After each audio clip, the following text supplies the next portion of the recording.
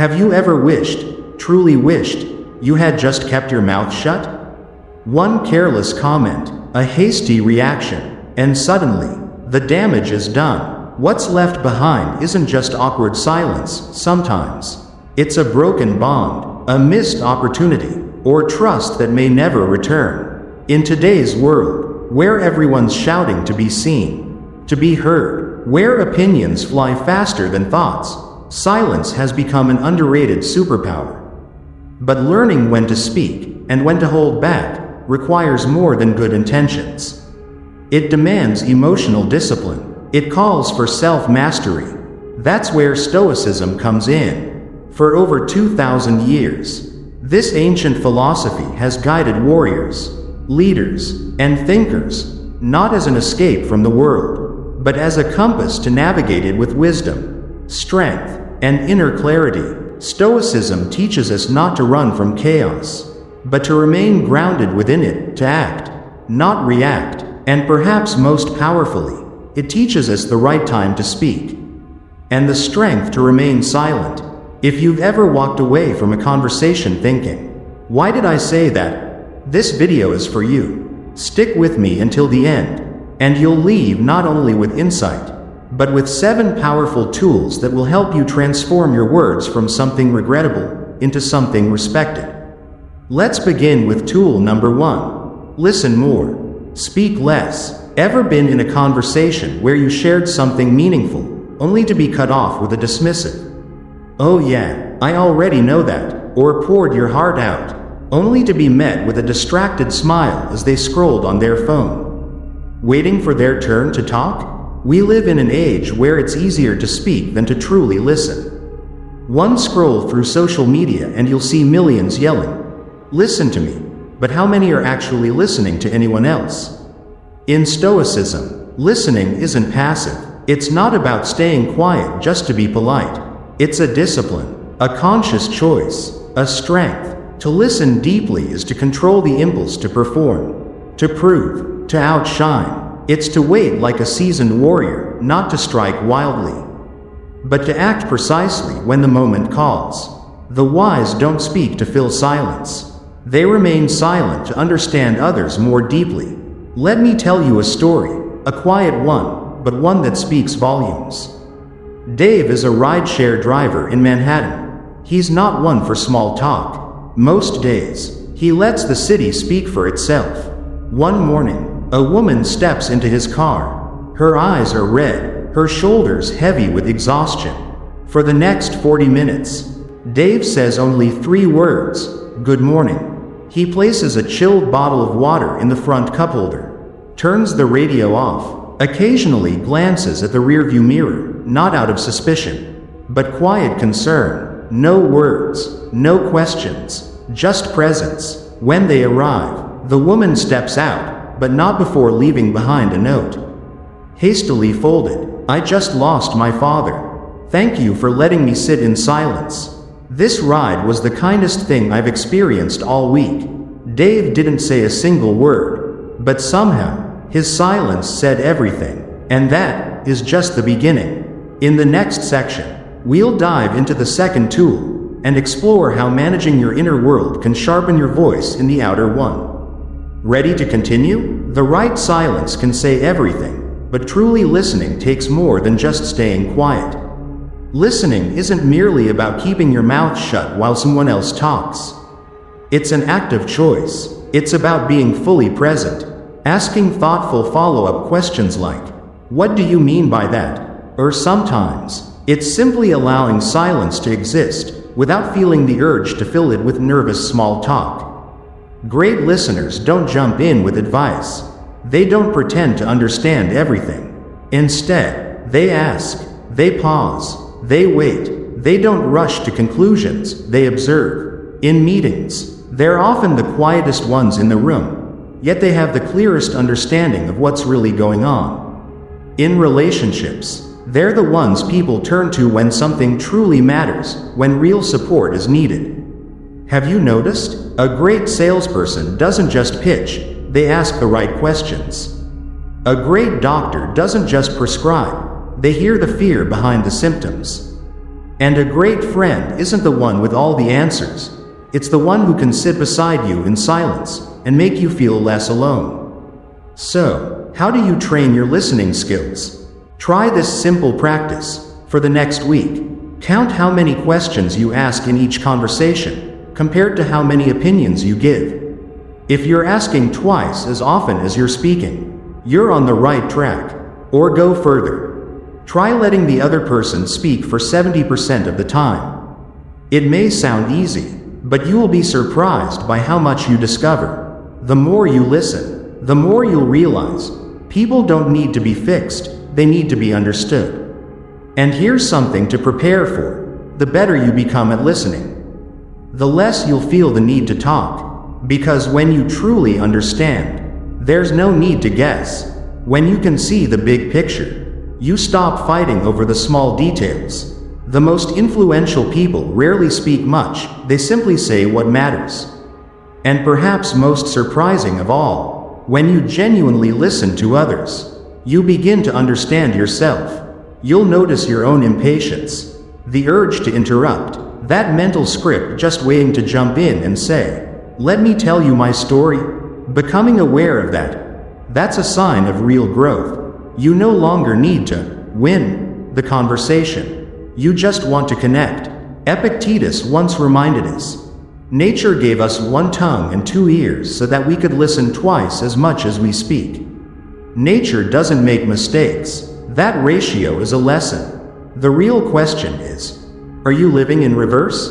Because when you begin to tame your words through listening, you'll find that the real challenge isn't with your mouth, it's with your mind. Often, the reason you say the wrong thing isn't ignorance, it's emotion. Rising too fast, too strong. So how do you calm the storm within? What if emotion has been the silent manipulator in every conversation you've ever had? Let's move on to tool number 2, master your emotions. We just explored how listening helps you truly connect, but to respond wisely, you must first learn to master your emotions. Because the words you release, whether intended or not, carry weight. And once spoken, they can't be taken back. Words are like arrows. Once shot, they fly forward with force, and there's no way to reverse their course.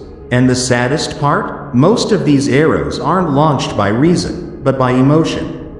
We get angry, we feel hurt, we become afraid, and in those moments, we speak, often saying what should have been left unsaid. Just a few seconds of losing control can be enough to destroy something beautiful you spent years building. That's why learning to manage your emotions before speaking isn't some luxury.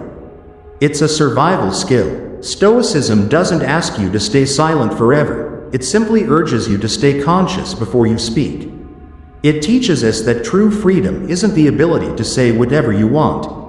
It's having the strength to hold back when you should. And that strength only comes when you're in control of your emotions. Have you ever been so angry that you just wanted to shout, maybe even insult someone, only to deeply regret your words just minutes later? Or maybe you let a secret slip in the heat of the moment, just to prove a point, only to lose someone's trust for good? These moments aren't rare. They happen every day, at home, at work, and even in anonymous comments on social media. Let me tell you a story. Listen closely, because it shows how easily emotion can take over your words and your life. John, a longtime manager at a tech company in Chicago, was widely respected by his coworkers for being calm and composed. But during one tense meeting, his boss criticized him harshly in front of the whole team. John snapped. He interrupted, raised his voice, and accused his boss of being unfair. He even claimed the team no longer respected the leadership. The room fell silent. That same afternoon, John was removed from his managerial role. The irony? John wasn't wrong about how he felt, but he lost, not because of his emotions, but because of how he responded to them. If he had just taken 3 seconds to breathe, everything might have gone differently. Sometimes, a single deep breath is the wall between a wise response and a reckless reaction. That's the shift Stoicism trains us to make every single day. Don't speak when you're angry. Don't explain when you're hurting. Don't respond while your mind is still storming. And modern neuroscience agrees with what the Stoics knew centuries ago. When emotions run high, your brain's amygdala takes over, overpowering your prefrontal cortex, which is responsible for logic and reasoning. In other words, when you're angry, you are, literally, less intelligent. Your brain is temporarily hijacked. And the words you speak in that state? They're not coming from your best self, they're coming from your emotions. So ask yourself, are you okay with being the spokesperson for your anger? We've just talked about how emotions can hijack your voice, but mastering your emotions doesn't mean suppressing them. It means transforming them. Control isn't about burying feelings deep down like a ticking time bomb. It's the ability to recognize and redirect those emotions with intention. One of the most powerful techniques you can start using today is this. Label your emotions, clearly and specifically. Don't just say, I'm mad. Say, I feel disrespected, or, I feel powerless. Why? Because when you name your emotion precisely, it activates the logical part of your brain. It gives you a small but powerful pause, a moment of distance between you and your emotional wave. And in that pause, you can choose not to let emotion control you. Another helpful strategy comes from behavioral psychology. When you feel like exploding, write down everything you want to say, but don't send it. Even better, write it by hand. That act forces your brain to shift from raw emotional reaction into structured, intentional language, and something surprising will often happen within minutes. You may no longer even want to say those things at all. President Abraham Lincoln practiced this exact habit. Whenever he was angry with someone, he would write a scathing letter, then quietly place it in a drawer. Never to be sent. They called it a letter of venting. It wasn't written for others, it was written for himself. To restore clarity and control. That's how Lincoln managed to stay remarkably composed, even in the middle of the most intense political storms. You can also choose an anchor, a small action to reset your emotional state. It could be as simple as touching your wrist, or exhaling slowly through your mouth. Tiny action, big effect. It's your brain's way of saying, pause, take control. These aren't random tricks, they're your shield, defending your dignity and your peace of mind. Learning to control your words isn't about silencing yourself forever. It's about knowing when to speak, what to say, and how to say it. Because sometimes, the greatest power lies not in what we choose to say, but in what we choose to leave unsaid. Have you ever been in a situation where you said something you deeply regretted, simply because you lost control of your emotions in the moment? If so, share your story in the comments, not to feel shame, but so we can all learn how to grow stronger, stay calmer, and speak more purposefully. And don't forget to subscribe, so that every day, you're reminded by Stoic wisdom that to master your emotions is to master yourself. Tool number 3. Speak less than you think. There's a small but dangerous habit many of us fall into, saying the first thing that comes to mind. We often justify it by calling it being honest, or keeping it real, or not bottling things up. But in truth, blurting out every thought isn't honesty, it's a lack of discipline. People with depth aren't those who think less. They're the ones who know how to think enough and speak just enough. Think back to your last coffee catch-up with friends. Someone started opening up about possibly changing jobs. But before they even finished their thought, someone jumped in. To be honest, switching jobs right now is a dumb move. A few more, just being real, comments followed. And just like that, what began as a moment of vulnerability turned into a barrage of criticism. The vibe shifted. The person sharing went quiet, nodded politely, and the conversation ended. As we've seen, speaking impulsively can damage more than just a moment. It can shut down trust. Even a valid point, said at the wrong time, in the wrong way, to the wrong person, might as well be completely wrong. Have you ever seen someone open up during a casual chat, only to be cut off or judged too quickly, and maybe, just maybe, they'll never open up to that group again? It happens more often than we realize. Stoics don't stay silent because they have nothing to say. They stay silent because they understand a powerful truth. Every word has a cost. It might cost you your energy, your privacy, or even a meaningful relationship. The more you grow, the less you want to speak. Not because you've grown cold or empty, but because you're simply done cleaning up the damage from careless words. Epictetus once said, "If you want to improve, be content to be thought foolish and stupid." In many cases, wisdom isn't speaking up to prove you're right. It's having the strength to stay silent, to be misunderstood and still remain calm within yourself. Let me share a short story, and somewhere in it, you might find a lesson that you'll carry for life. Thomas was sharp, smart, quick-witted, and working in finance. His mind was razor sharp. During an internal meeting, his boss presented a new idea that wasn't well thought out. Thomas was irritated and immediately jumped in, dissecting every flaw. His words were sharp, like knives. He wasn't wrong. He was just too fast, too blunt. His boss didn't react right away. But a few weeks later, Thomas was quietly removed from a major project. He was confused. The truth? Leadership didn't think he lacked ability. They felt he wasn't a cultural fit. Thomas lost, not because he was wrong, but because he was right at the wrong time. From that day on, Thomas changed. Before each meeting, he started writing down what he wanted to say. 10 minutes later, he'd read it back and ask himself, "Am I saying this to contribute, or just to prove I'm smart?" If the answer was the latter, he kept quiet, and something shifted. Within months, people began to really pay attention when he did speak. His silence was no longer seen as hesitation, it became a signal of depth, maturity, and thoughtfulness. You can start the same way. It's simple.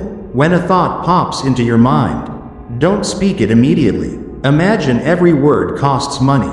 You'd speak less and mean more. Give yourself a buffer, just 3 seconds, between thought and speech.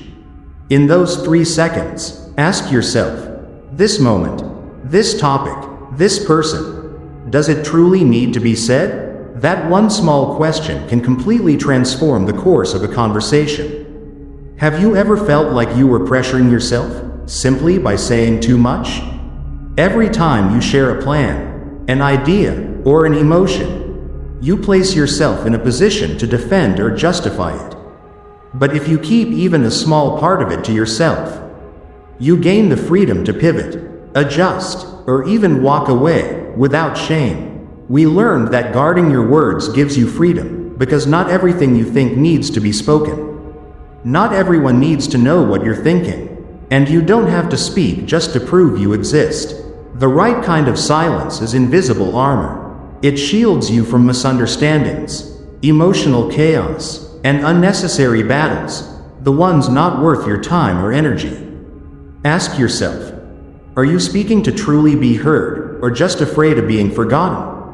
Choose your words, choose the right moment, choose your audience, because this isn't just communication, it's survival. Before you rush to share your next big idea, pause for a second and remember, ideas are like seeds. If you plant them too early, the wind may blow them away before they've had a chance to take root. So why is silence such a powerful tool in protecting what truly matters to you? Why are Stoics so cautious about revealing their personal goals? The answer might just change the way you place your trust and your words into the world. Tool number 4. Guard your plans. There's something strange about modern life. The more people talk about their goals, the less they seem to accomplish. They post on social media, tell their friends, "I'm launching this project. I'm learning that skill. This is the year everything changes."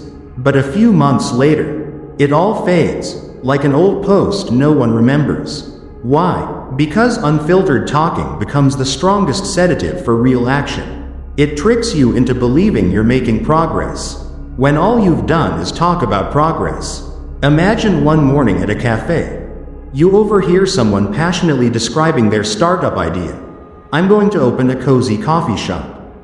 Artistic vibe, books, a space for the community. It sounds amazing, inspiring, even. But 6 months later, you return to the same cafe. No new coffee shop. That same person is still sitting at the same table, sipping the same drink, now telling a new story that sounds almost exactly like the last one.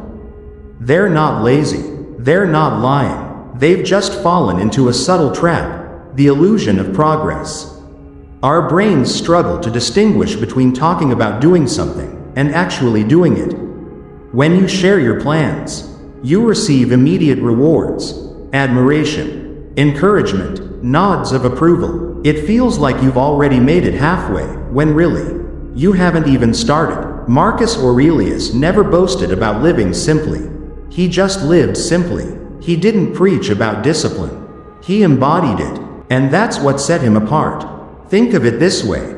If you were a tree, would you rather use your energy to grow real leaves, or just shake your branches so people think you're growing? Now, it's time for a story you won't easily forget, not because it's about some famous hero, but because the person in it might remind you of yourself.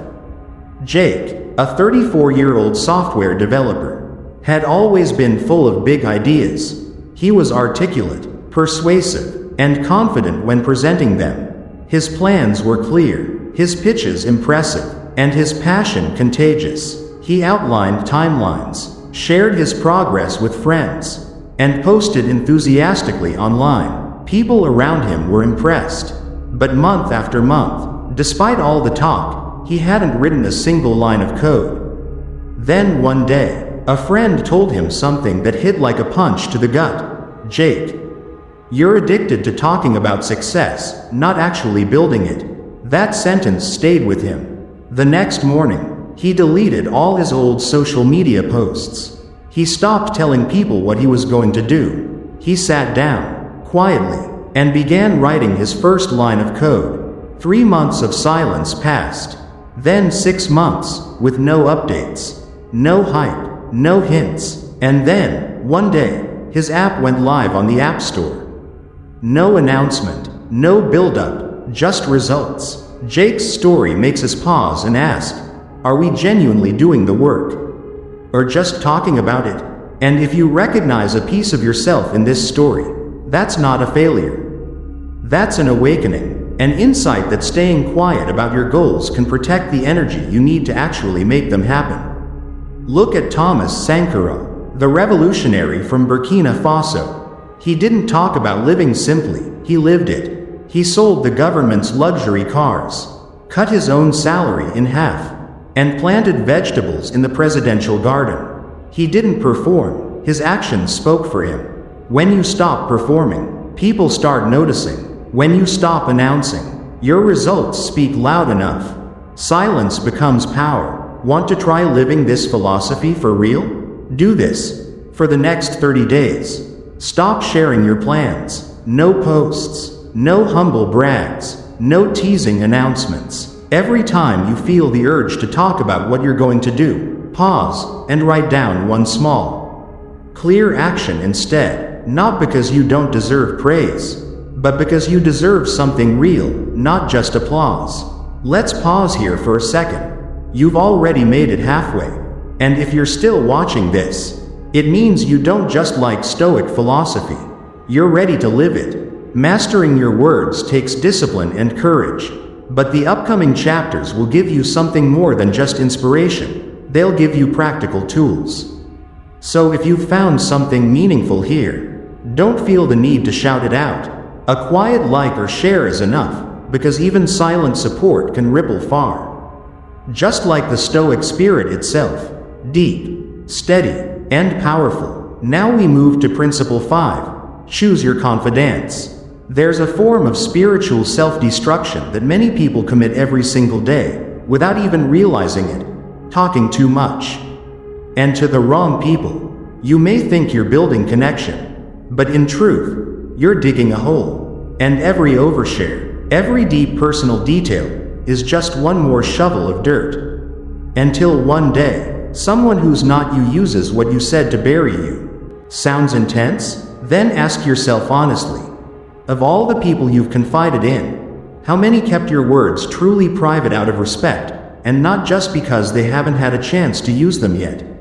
Stoicism teaches us to control our words, but this goes deeper than just speaking less. It means learning to choose the right people to speak to. You don't have to shut down emotionally, but you do need to be selective. The longer you live, the more clearly you'll see. Not everyone deserves access to the deepest parts of your inner world. Ever found yourself sitting next to a stranger, and suddenly spilling your life story without even knowing why? After learning that not everyone deserves to hear your thoughts, a deeper lesson begins to unfold. We must be cautious in choosing whom we confide in. Have you ever found yourself opening up to a stranger on a bus or during a random coffee chat, just because you felt they wouldn't judge you? It feels safe, doesn't it? After all, they're not involved in your life. But precisely because they're not involved, they also have no loyalty to your truth. In a world driven by information, naivety is one of the easiest traits to exploit. I once knew a guy named Mark, a personal trainer just starting out. He confided in someone he thought was a close friend. He shared marketing strategies, financial struggles, even unpaid debts. That person listened, nodded, seemed supportive. Then months later, they opened a gym right next door, targeting the exact same clients as Mark.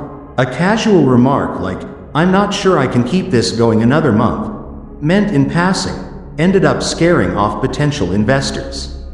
Not because Mark was weak, but because he exposed his vulnerabilities too soon, and to the wrong person.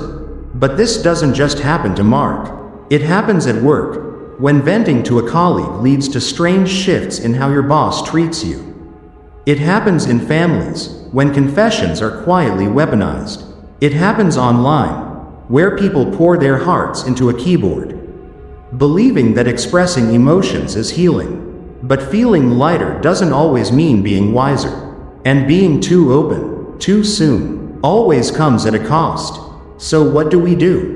Not go completely silent, but train ourselves to filter before we speak.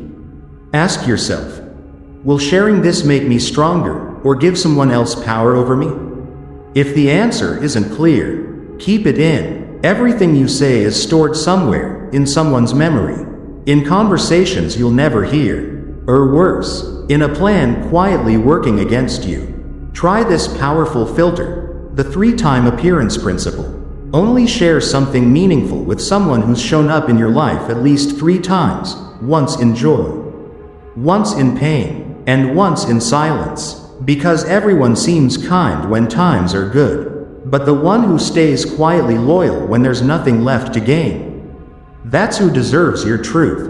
Need a real-world example? Look at how CEOs guard new product ideas. It's not that they don't trust their teams, it's that they know leaks happen. And the worst leaks don't come from enemies. They come from people with no long-term loyalty. Your life is a work in progress too. Don't let someone judge your prototype and decide your worth. Silence can be your last line of defense against invisible threats. And a true confidant, if you're lucky enough to find one, won't need many words. They'll understand you clearly, even through your quiet. As the Bible says, do not cast your pearls before swine, lest they trample them under their feet and turn and tear you to pieces. It's not that you don't have something valuable to offer. It's that not everyone is capable of honoring what you give. As you begin to understand that not everyone deserves your trust, the next question naturally follows. So who should I share with, and what? Ask yourself, who are you sharing your truth with? And are you absolutely sure they'll protect it? Or are they just quietly waiting for the perfect moment to use it against you? One day, you'll realize something surprising. The person who knows the most about you may not understand you at all. And the one who truly understands you may not need to know every detail. That's when you'll see the real meaning of silence. It's not the absence of words, but the presence of wisdom. But then, how much silence is enough? Where is the line between wise stillness and cold detachment? The answer may surprise you. Lesson number 6. Silence is power. Silence isn't the absence of speech, it's a conscious choice. And that choice comes with a cost. It's not glamorous, not easy, but it's deeply powerful. Because staying silent when you have every reason to speak up takes 10 times more courage than winning any argument. In a world where everyone has a microphone, social media, podcasts, live streams, who dares to stay silent? If that person is you, maybe it means you're not just reacting to the world, you're owning your place in it. Have you ever been in a moment where someone said something unfair about you, right in front of others? Your stomach twists, your blood rushes, your mouth wants to fire back. But if you've ever stayed calm, said nothing, maybe just smiled and walked away, you know, it doesn't feel good, but it hits different. That moment says to the world, I don't need to prove anything. And in that pause, you're not just controlling your words, you're mastering yourself. Marcus Aurelius wasn't known for his speeches. His writings and meditations were letters to himself. In one lesser-known line, he wrote, "The best revenge is to be unlike him who performed the injury." Don't mimic, don't retaliate, don't fall into the trap of reaction. You don't need words to fight back, you only need to refuse to become what you despise. Ever notice how some people say clever things, yet nothing they say truly lasts? Meanwhile, others speak little, but their quiet actions leave a permanent mark. Because words are sound waves, they echo and fade. But action? Action is gravity. It doesn't need to be seen. It pulls everything toward it anyway. There's a side of silence that most people fear, the fear of being misunderstood. We're afraid that silence might make us look weak, wrong, or clueless. But here's the twist. Silence creates a strange kind of power. It makes others guess, and in that uncertainty, you gain influence. Sure, it all sounds wise in theory, but how do you actually live it? Especially in a world that constantly tests your patience. The answer lies in small, everyday choices. When someone you love is upset and starts bringing up every past mistake, can you just hold their hand, say nothing, and stay present with them in that storm? Picture this. Instead of reacting right away, you simply listen. Instead of defending yourself, you choose calm presence. When a coworker throws subtle shade at you during a meeting, can you smile, look at your boss, and calmly present your point? No more, no less? Ask yourself, who are you sharing your truth with? And are you absolutely sure they'll protect it? Or are they just quietly waiting for the perfect moment to use it against you? One day, you'll realize something surprising. The person who knows the most about you may not understand you at all. And the one who truly understands you may not need to know every detail. That's when you'll see the real meaning of silence. It's not the absence of words, but the presence of wisdom. But then, how much silence is enough? Where is the line between wise stillness and cold detachment? The answer may surprise you. Lesson number 6. Silence is power. Silence isn't the absence of speech, it's a conscious choice. And that choice comes with a cost. It's not glamorous, not easy, but it's deeply powerful. Because staying silent when you have every reason to speak up takes 10 times more courage than winning any argument. In a world where everyone has a microphone, social media, podcasts, live streams, who dares to stay silent? If that person is you, maybe it means you're not just reacting to the world, you're owning your place in it. Have you ever been in a moment where someone said something unfair about you, right in front of others? Your stomach twists, your blood rushes, your mouth wants to fire back. But if you've ever stayed calm, said nothing, maybe just smiled and walked away, you know, it doesn't feel good, but it hits different. That moment says to the world, I don't need to prove anything. And in that pause, you're not just controlling your words, you're mastering yourself. Marcus Aurelius wasn't known for his speeches. His writings and meditations were letters to himself. In one lesser-known line, he wrote, "The best revenge is to be unlike him who performed the injury." Don't mimic, don't retaliate, don't fall into the trap of reaction. You don't need words to fight back, you only need to refuse to become what you despise. Ever notice how some people say clever things, yet nothing they say truly lasts? Meanwhile, others speak little, but their quiet actions leave a permanent mark. Because words are sound waves, they echo and fade. But action? Action is gravity. It doesn't need to be seen. It pulls everything toward it anyway. There's a side of silence that most people fear, the fear of being misunderstood. We're afraid that silence might make us look weak, wrong, or clueless. But here's the twist. Silence creates a strange kind of power. It makes others guess, and in that uncertainty, you gain influence.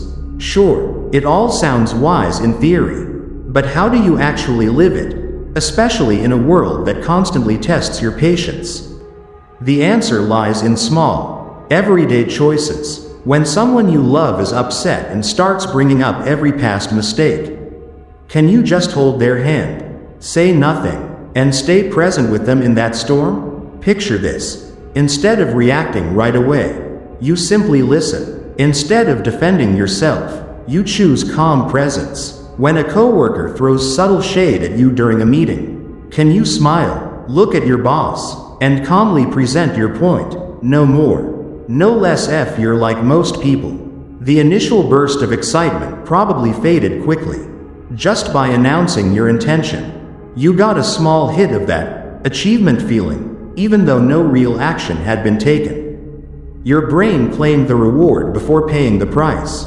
And then, progress stalled. Not because you're weak, but because without realizing it, you traded action for illusion. And that's why purposeful silence isn't about avoidance, it's a smart strategy.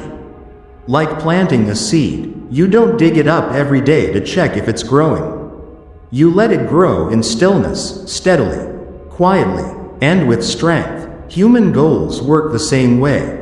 The most meaningful ambitions need protection from premature judgment, from outside noise, and from impatient eyes. Keeping your plans private creates a safe space for them to develop without external pressure or distortion. Silence also sharpens your inner discipline, a trait few people possess. It's easy to show the world that you're trying. It's far harder to make real progress in silence, without needing praise, likes, or validation. But that's what sets you apart. Silence demands belief in your own process. You're not chasing applause or begging to be seen. You simply know what you're doing, and you keep doing it. When the results finally arrive, you won't need to say a word. They'll speak for you, louder than any promise could. That's not just recognition, it's trust. Not because you hyped it up, but because you delivered. No spotlight, no show, just truth with weight. The kind of truth that makes people pause and see you differently, because you weren't trying to be seen. You simply became undeniable. So next time you're tempted to share a new goal or plan, pause and ask yourself, what would happen if I kept this to myself? Am I ready to let my results do the talking for me? If the answer is yes, then you're on the right path.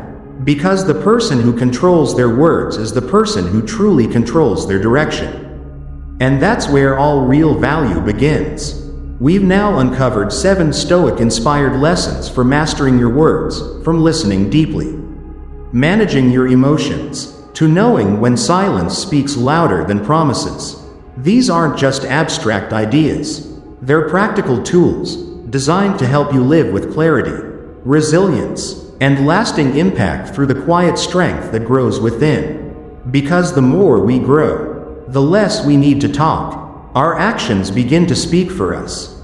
Words can build or destroy, but once you learn to control them, you're not just mastering conversation, you're mastering yourself. That's the gift Stoicism offers: inner freedom, calm in chaos, and unwavering focus on your chosen path. If this video sparked something in you, a new perspective or a deeper truth, give it a like. It might help someone else find their clarity too. Drop a comment with your reflections so we can grow together. Share it with a friend, a loved one, or someone who needs a little extra calm right now.